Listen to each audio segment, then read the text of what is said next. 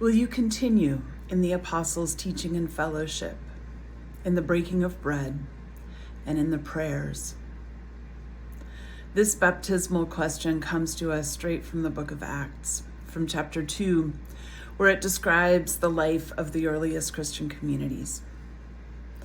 It reads, "They devoted themselves to the apostles' teaching and fellowship, to the breaking of bread and the prayers."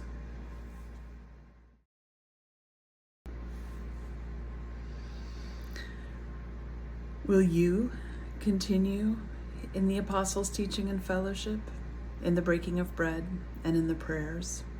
Will you?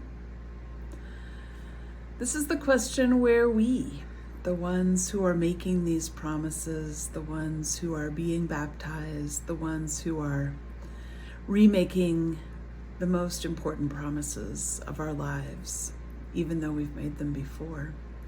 This is where we enter into the life of generations of the Christian faithful, where we receive our spiritual ancestry that reaches all the way back to the apostles and through the apostles to Jesus himself. This is a question about whether we will join the family, whether we will make these traditions and teachings and practices our own. Will we honor our ancestors? Will we keep their traditions alive?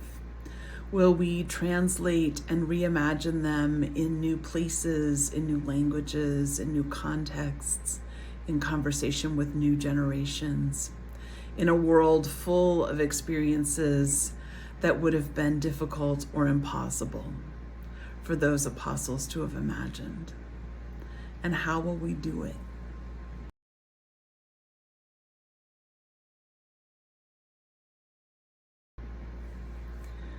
Will you continue in the apostles' teaching and fellowship? To start with, we honor our ancestors, we pass on the traditions by gathering, by telling family stories, telling and retelling and reinterpreting and seeking to understand. And the most sacred and the most important of those stories is the story of the life and death and resurrection of Jesus. There's this word that we use to describe our Eucharistic prayer. It's a word that comes from Greek, and the word is anamnesis. So amnesis is related to the word amnesia. It's about forgetting. And that little beginning piece, the preface, an, means not. We gather and continue the apostles' teaching and fellowship by this act of not forgetting, by not letting the story disappear into oblivion. In fact, every time we gather, we are called to reconstruct and rebuild that story of our salvation. We are called to remember and go into the world knowing that love has triumphed over death.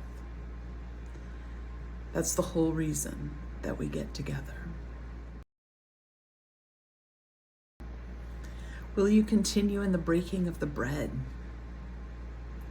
The breaking of the bread, first of all, refers to the Eucharist, to the communion that is at the center of our worship life.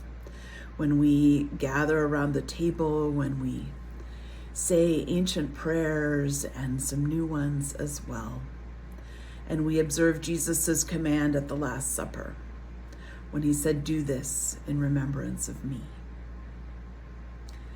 And more broadly, we remember that breaking bread, that sharing food, plays a vital role in Jesus's teaching. So many of Jesus's most important moments shared with the apostles, with the crowds, are around food. Feeding each other is one of the oldest and most universal ways of showing love. And when Jesus imagined us coming together, he imagined us around a table. He imagined us eating and sharing food together, breaking the bread so that there might be enough for everyone.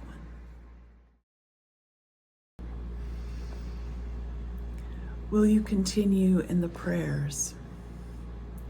The apostles would no doubt have prayed some version of the Lord's Prayer, the prayer that Jesus taught when they asked him how to pray. They would have prayed the Psalms. They would have given thanks and asked for help and prayed for one another, especially in times of sickness and need. They would have prayed for the fledgling church, the little baby Jesus movement that they were growing. Prayers come to us in these rich layers of tradition through prayer books and families and cultures, and ultimately prayer comes from our hearts. Whether we pray using written words or spontaneous ones, whether we pray in song or pray in silence, we add our prayers to this long chain of prayers that have been prayed through time and in all sorts of different places and circumstances. That great chain of prayer is one more thing that links us to this cloud of witnesses that we are joining, this great cloud of people living and dead and yet unborn who confess Jesus as Lord and pass on the story, who continue in the apostles' teaching and fellowship, in the breaking of the bread, and in the prayers.